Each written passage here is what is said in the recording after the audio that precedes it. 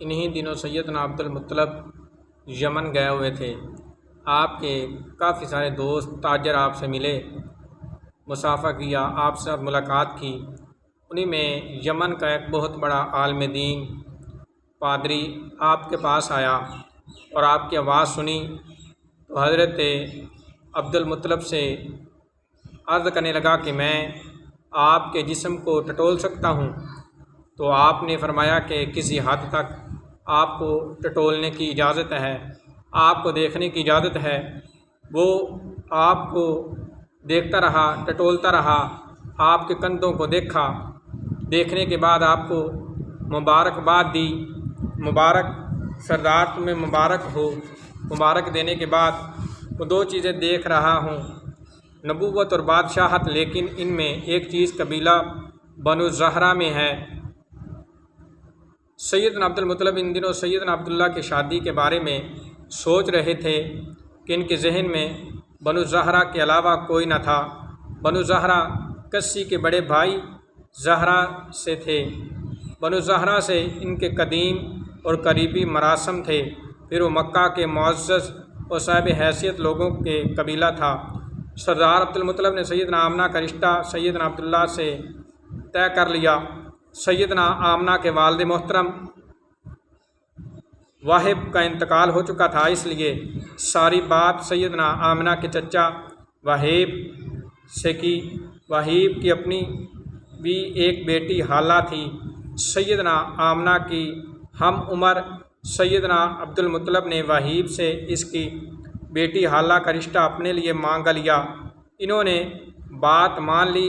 شاید سیدنا عبد المطلب کے ذہن میں یمنی بڈھے عالم کی بات سائغ تھی، جس نے کہا تھا کہ میں آپ میں بادشاہت و نبوت دیکھ رہا ہوں، مگر ان میں ایک نعمت بنی زہرہ کے پاس ہے۔ ممکن ہے کہ انہوں نے سوچا ہو بنو زہرہ کے حصے کے حصول کے امکان بڑھائے جائیں۔ شان و شوکت سے بارات نکلی، باپ بیٹا دونوں سجے ہوئے۔ سیدنا عبد المطلب کی عمر ان دنوں 80 سال کے لگ بھگ تھی۔ اونچے لمبے گورے چٹے باوقار بوڑھے صحت مند۔ کہتے ہیں کہ مکے میں سب سے پہلے انہوں نے بالوں پہ خضاب لگایا، بالوں کو کالا رنگ کر کے پروقار چال میں اپنی عمر سے کہیں کم لگتے تھے۔ بارات میں ان کے ساتھی سنگی رشتہ دار تھے، پیدل جا رہے تھے۔ چھوٹی سی بستی میں گھروں کا فاصلہ زیادہ نہ تھا۔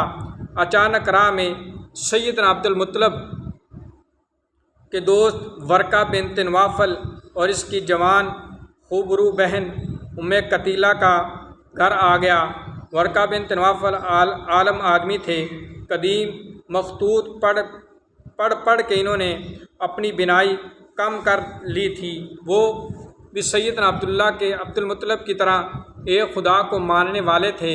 اپنے وقت کے راج رسالت کے لحاظ سے انہوں نے عیسائیت اختیار کر لی تھی۔ شاید انہوں نے توسط سے خانہ کعبہ کے اندر جہاں 360 بتوں کو قریش نے رکھا ہوا تھا، وہیں کعبہ کے سامنے دیوار پہ حضرت مریم بنت مریم کی تصویر بھی بنائی ہوئی تھی۔ وہ انجیل و تورات کے عالم تھے۔ انہیں علم تھا کہ انجیل میں حضرت عیسیٰ نے کہا تھا کہ اگر میں نہ گیا تو وہ کیسے آئے گا؟ وہ جو تمہیں سیدھا راستہ دکھائے گا، وہ جو صرف وہی بات کرے گا جو اسے خدا کی طرف سے کہی گئی۔ وہ ورقہ بنت نوفل آنے والے نبی کی بھی بہت سی بشارتیں بتاتے رہتے تھے۔ ان کی بہن ام قتیلہ بھی یہ سب سنتی رہی ہوگی۔ بعد میں ان کی بھتیجی سیدہ ختیجہ بنت خویلد نے بھی ان سے یہ ساری باتیں سنی ہوگی۔ بہرحال بارات کی راہ میں جب ام قتیلہ کا گھر آیا تو وہ گھر کی دہلیز پر تن کے کھڑی تھی۔ اس نے کھڑے کھڑے عبداللہ کو آواز دی۔ عبداللہ سیدنا عبداللہ اپنے والد عبد المطلب کا ہاتھ پکڑے سجے سنورے شادی کرنے جا رہے تھے۔ حسن میں پہلے ہی یکتا یوسف ثانی، اوپر سے سجے صد جد کے دلہا بنے ہوئے۔ دیکھنے والی تو چیزوں کے زلیخا کی روح کیسے نہ ہلول کرتی۔ قتیلہ کے دل کی بات لبوں تک آ گئی۔ سریعام بیچ گلی کے بلا لیا۔ سیدنا عبدالمطلب نے بیٹے کا ہاتھ چھوڑ دیا اور کہا جاؤ سنو تمہاری کزن کیا کہتی ہے۔ سیدنا عبداللہ قتیلہ کے پاس آئے۔ قتیلہ آنکھوں میں تارے نچائے مسکرا کے پوچھنے لگی اتنے سج بن کے کدھر جا رہے ہو؟ بولے اپنے باپ کے ساتھ شادی کروانے۔ قتیلہ بولی یہ شادی مجھ سے کر لو، ابھی میں کوئی فیصلہ نہیں کرتا، میرے والد کرتے ہیں فیصلہ۔ سنو تمہارے صدقے میں جیسے 100 اونٹوں کی قربانی ہوئی تھی ویسے ہی 100 اونٹ دوں گی، آگے نہ جاؤ، ٹھہر جاؤ، اسی لمحے مجھ سے شادی کر لو۔ سیدنا عبداللہ بہت شرما گئے، گورے چٹے تھے، منہ لال ہو گیا، سر نفی میں ہلاتے ہلاتے بھاگ گئے۔ پھر اپنے والد کے پاس گئے، بارات نے جہاں پہنچنا تھا پہنچ گئی۔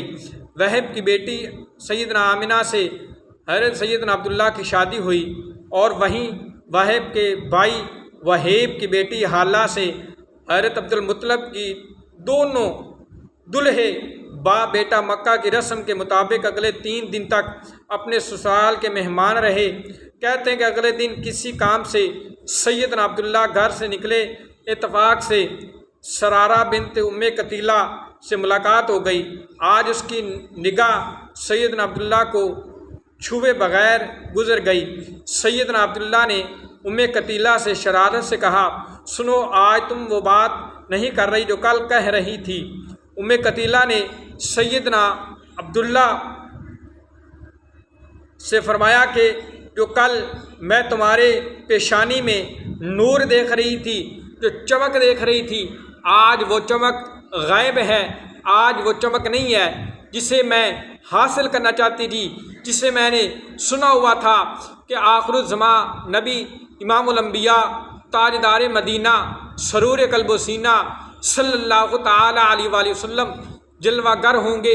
ان کا نور تمہاری پیشانی میں تھا، وہ نور میں اپنے اندر سمونا چاہتی تھی، اسے میں اپنے پیٹ میں اپنے شکم میں پالنا چاہتی تھی، مگر وہ نور کسی اور نے حاصل کر لیا ہے۔ نصیب بھی اللہ تعالیٰ لکھنے والا ہے، چونکہ وہ نصیب بدل نہیں سکتے، جو جس کے نصیب میں لکھا جائے اسے ملتا ہے۔